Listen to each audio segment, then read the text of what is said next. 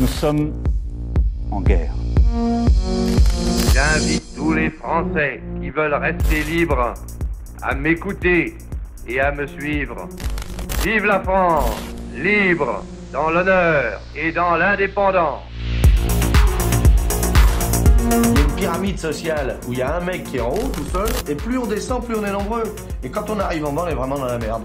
Alors moi, ce que je voudrais, c'est qu'on remue la merde et que l'odeur monte jusqu'au nez des mecs qui dirigent, et qu'au lieu d'être tourné vers l'extérieur du pays, ils se tournent un peu vers l'intérieur et qu'ils disent « Ah merde, on leur prend tout leur pognon. Ah oui, il faudrait leur en laisser un peu. » Avez-vous, oui ou non, reçu de l'argent liquide de Libye pour financer votre campagne? Quelle indignité. Nous sommes sur le service public, c'est une honte. Évidemment, votre téléphone est sur écoute. Vous y pensez quand vous téléphonez? Oui, naturellement, ça devient, comment dirais-je, intégré dans votre personnalité. Mais si on n'a rien à cacher, il ne faut pas avoir peur.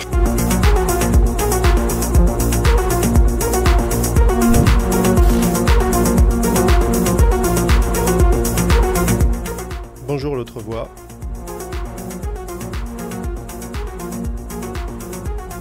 Parce que je trouve qu'elle est emblématique, et puis en plus elle émane justement du directeur de la CIA, donc comme vous l'avez souligné, qui est une agence gouvernementale, et c'est même encore plus savoureux que ça, puisque par exemple, on sait aujourd'hui, un document qu'on a trouvé, que la première utilisation du terme complotiste, en fait, est à trouver dans un mémo de la CIA, et qui dit, comme conseil à ses agents, traiter de complotiste, donc en anglais conspiracy theorist, toutes les personnes qui mettront en cause la version officielle de l'assassinat de John Kennedy.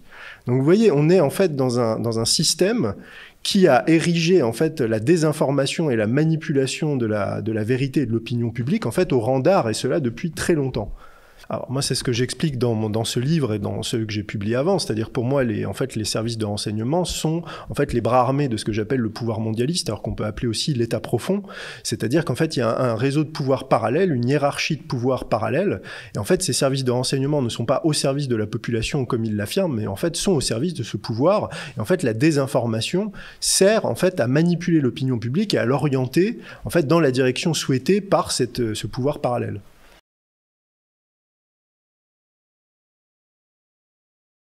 Alors ça, c'est une excellente question, parce que en fait, quand on étudie ces sujets-là, on voit qu'en fait, ça fait système. C'est-à-dire que c'est pas juste des éléments isolés, c'est-à-dire c'est un travail commun entre le pouvoir politique, les agences de renseignement, les GAFA, les grands médias. Je vais donner un exemple, puisque vous m'aviez reçu l'année dernière, en fin d'année dernière, pour parler de l'affaire Biden, du rapport sur le fils Biden.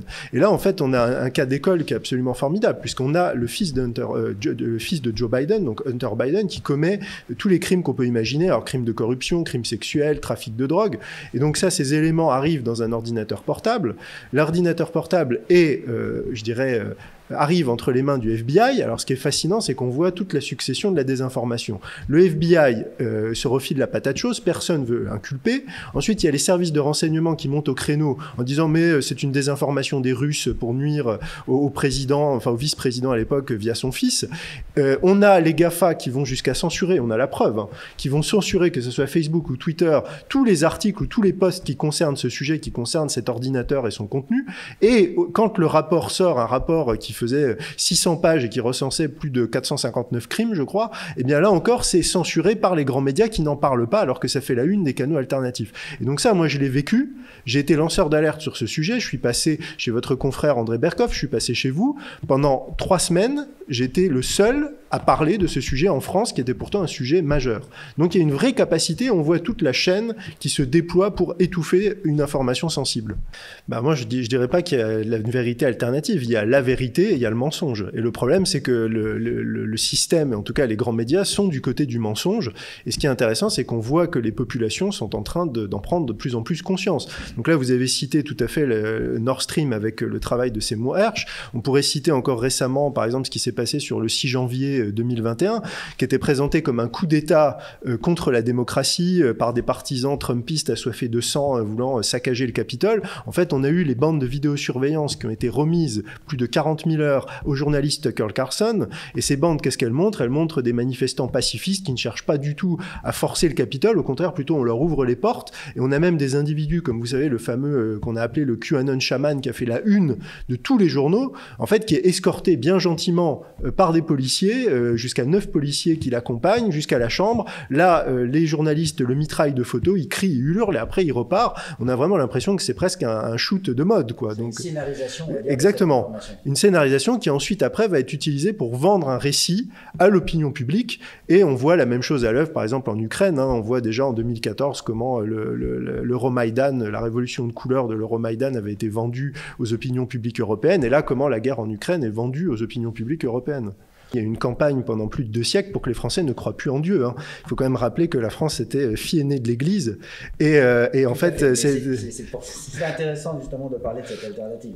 Donc voilà, mais c'est tout à fait. Mais on sait de toute façon, c'est ce que j'explique dans mon livre. Hein. Il y a ce pouvoir profond mondialiste et le spécialiste de l'ingénierie sociale. L'ingénierie sociale est une science qui a été inventée par, notamment, il y a la Société Fabienne, la London School of Economics, l'Institut Tavistock, donc à Londres. Donc ce sont des structures qui ont inventé la science de l'ingénierie sociale. La science de l'ingénierie sociale, c'est la manipulation furtive des attitudes et des comportements. Donc ça se fait par le biais de la publicité, mais ça se fait aussi par tout un ensemble de facteurs.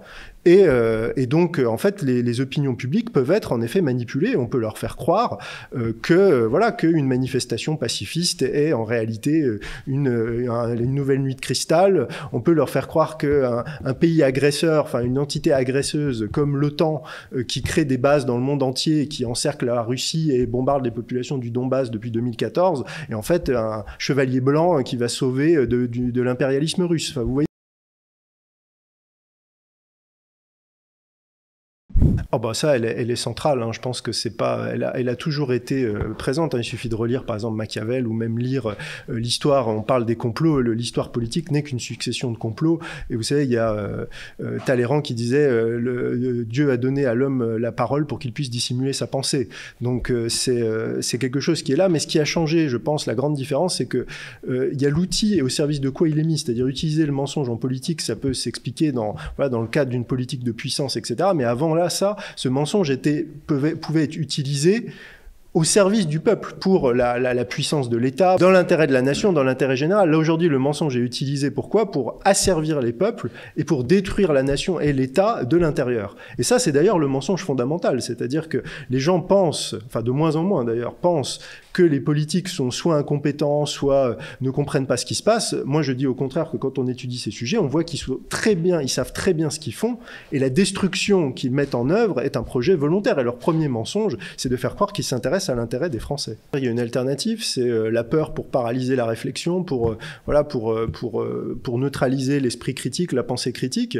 Et puis après, le mensonge, c'est pour faire passer la pilule, pour endormir, pour empêcher les gens de résister et puis de combattre surtout, parce qu'en fait c'est surtout ça. Vous savez, on dit la prison la plus efficace, c'est celle dans laquelle non seulement les gens n'ont pas conscience qu'ils sont en prison, et on leur apprend à aimer leur geôlier, et on apprend à se défier de ceux qui pourraient les libérer. C'est-à-dire qu'aujourd'hui, les gens qui, en tout cas, par leur travail, approchent d'une certaine vérité, en tout cas, collent le plus au monde réel, on leur dit non, on n'allait pas voir ces gens-là, ce sont d'horribles complotistes, on ne peut pas leur faire confiance. Alors qu'en fait, le paradoxe, c'est que ce sont ceux qui donnent cette injonction qui sont les manipulateurs, qui sont les menteurs. C'est des personnes qui vont penser aussi que, par exemple, Vladimir Poutine a 40 cancers et que l'armée russe est sur le point de s'effondrer, ou même penser, parce qu'il faut même aller plus loin. Le mensonge fondamental, c'est quoi aujourd'hui? C'est de ne pas comprendre que le monde est en train de changer et que l'Occident, qui était perçu comme un modèle, comme une référence, en fait, est rejeté par 80% de la planète, et qu'en fait la planète est en train de s'allier sous l'impulsion des Russes notamment et des Chinois pour en fait créer un modèle alternatif à cet Occident qui est perçu comme de plus en plus décadent et corrompu. Et ça c'est quelque chose qui est très difficile parce que beaucoup d'Occidentaux, ou y compris surtout les élites occidentales, se croient encore au centre du monde et croient qu'elles ont une légitimité à vouloir imposer leur modèle à l'ensemble de la planète. On voit notamment les critiques, par exemple, la Chine pas assez démocratique, pas assez libérale, la Russie autocratique de Poutine. En fait, ils pensent qu'ils sont encore en capacité de donner des leçons au monde entier, alors qu'en fait, la réalité, c'est qu'on est dans un système qui est en effondrement systémique complet, et qu'en fait, les autres pays du monde sont en train de s'organiser pour survivre et ne pas être entraînés dans notre chute.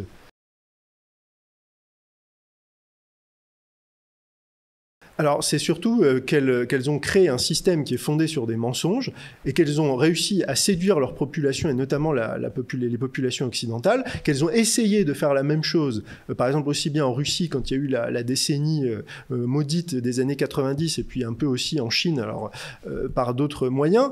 Et en fait, il y a eu ces peuples millénaires, ces grandes civilisations, on pourrait parler de l'Iran aussi par exemple, qui ont rejeté ce modèle-là, ont vu que c'était un mensonge. Et d'ailleurs, moi je cite dans mon livre, le titre de la deuxième partie, c'est l'Empire du mensonge, et j'ai tiré ça d'une citation de Vladimir Poutine qui dit « Aujourd'hui, l'Occident est l'empire du mensonge ». Alors, comment on peut s'informer ? Déjà, il faut déjà comprendre que les grands médias de masse sont la branche propagande du système mondialiste. Et après, la question toujours, c'est la question de la confiance. C'est à quels canaux faisons-nous confiance ?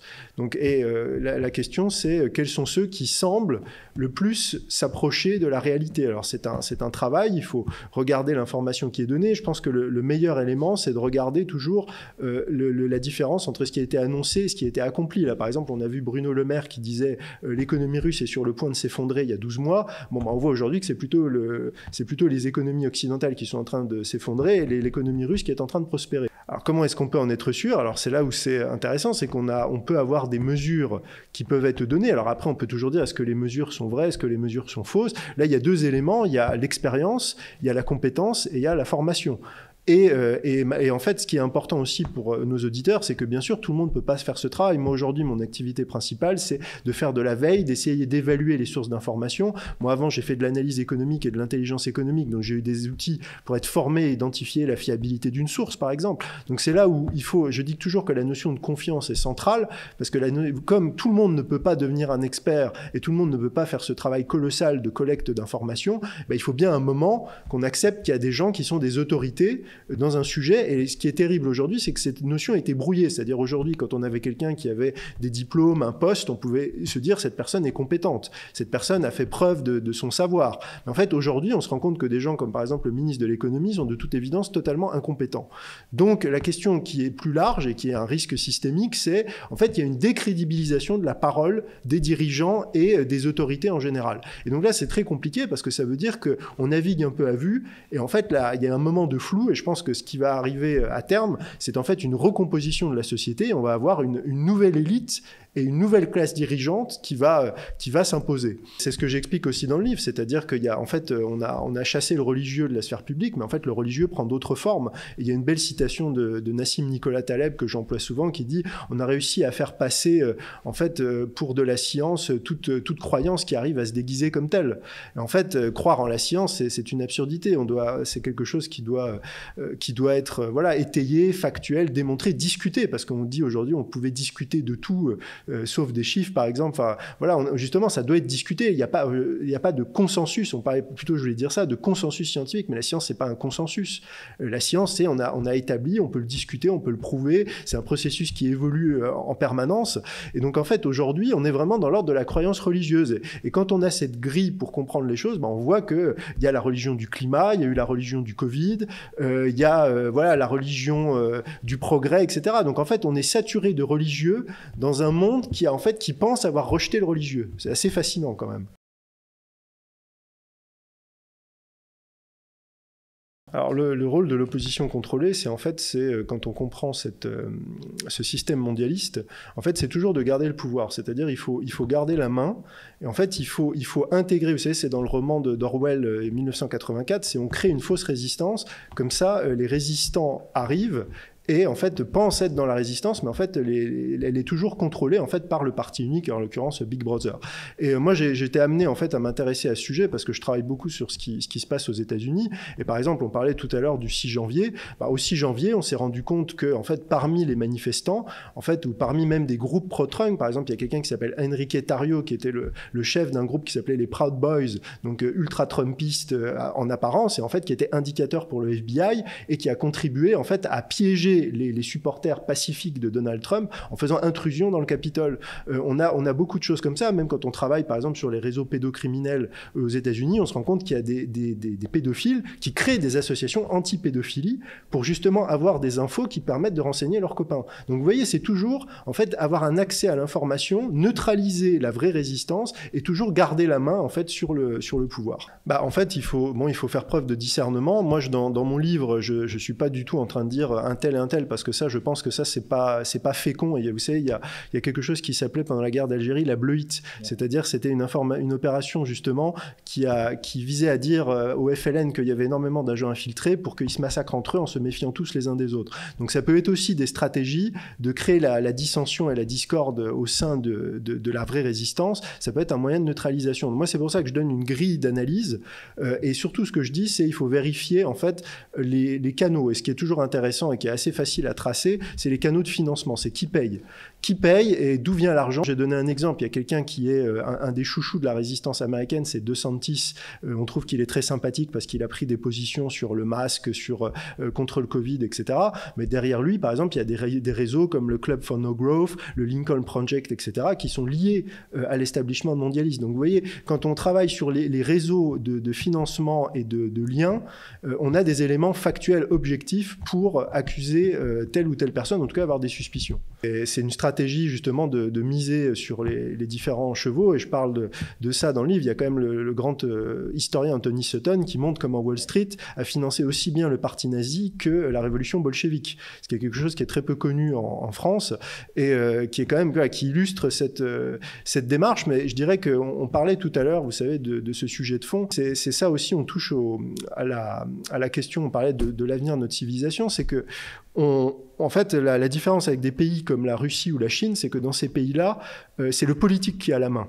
C'est-à-dire, nous, en Occident, c'est le pouvoir économique qui a réussi à prendre le pouvoir sur le politique. Alors que dans des pays comme la Russie ou la Chine, c'est le politique qui garde la main et le pouvoir économique peut être quand il commence à prendre trop de pouvoir et d'importance, peut être neutralisé par le pouvoir politique. Et ça, je pense que c'est un vrai enjeu de fond aujourd'hui en Occident, c'est comment est-ce qu'on arrive à remettre le politique au-dessus de l'économique.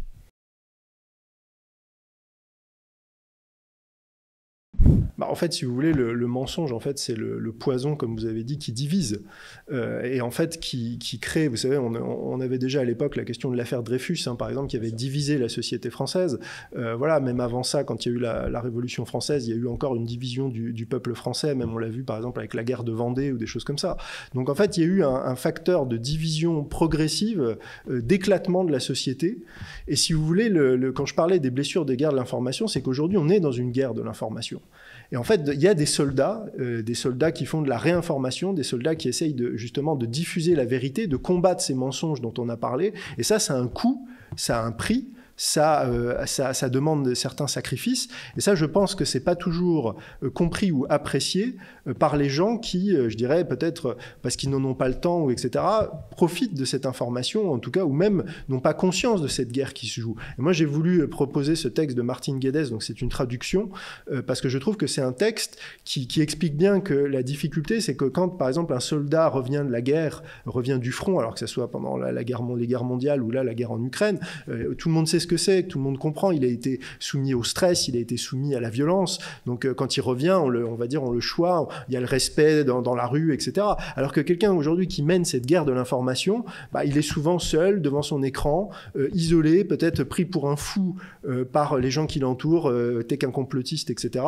Et en fait, là, il y a un coût à la fois psychologique, social, parfois même souvent financier, et qui n'est pas forcément apprécié. Et pour rire, je disais une fois à Martin Guedes, quel monument aux morts ou quel monument on érigera à la fin de cette guerre contre les soldats de la guerre de l'information. À quoi ça ressemblera? Dans la théologie, il y a quelque chose qui est central, c'est le principe du diable. On dit, objectivement, il est décrit comme tel dans la Bible, et on peut même le retrouver dans le judaïsme, par exemple, c'est Satan est le prince du mensonge. C'est-à-dire que tout, et il y a une belle citation de Saint Jean qui dit « Parce que votre père est le père du mensonge, et il n'y a pas de de vérité en lui. Et donc aujourd'hui, quand on est saturé de mensonges, on peut se demander si c'est pas ce principe qui dirige à la fois nos dirigeants, qui dirige tout. Et en fait, à l'inverse, si on oppose ce rôle de Satan et du mensonge, on a le Christ qui nous dit « Je suis le chemin, la vérité et la vie ». Donc quand on va vers la vérité, on va vers la vie. Et donc pour un chrétien, on va aussi vers le Christ. Et ça, c'est quelque chose qui est difficile parce que justement, un des mensonges de notre société moderne, en tout cas aux yeux d'un chrétien, c'est qu'en fait, on a tout ramené au matériel. Et justement, ce que dit le chrétien, c'est de dire, ben non, il y a le monde matériel qui existe, hein, et on a un respect pour la science, on essaye de comprendre comment les choses marchent réellement, mais il y a aussi une vérité qui est au-delà de ça et qui échappe à l'intelligence humaine, qui ne peut pas être saisie que par l'intelligence humaine, et c'est pour ça qu'on a besoin de la parole de Dieu pour saisir cette vérité. Et par exemple, moi, ce que je dis souvent quand je fais des conférences, je dis, ne vous focalisez pas sur le niveau politique, parce que le vrai niveau du combat, c'est le niveau spirituel. Et je cite cette phrase de Saint Paul qui dit « Car vous ne luttez pas contre la chair et le sang, mais contre les principautés, contre les princes de ce monde, les esprits mauvais qui habitent dans les lieux célestes. » C'est-à-dire, je pense que, comme vous dites très justement, il faut élever le débat, et il faut aller chercher les principes qui sont au-dessus, et je pense que le vrai adversaire de tous ceux qui luttent aujourd'hui pour la vérité, c'est le diable.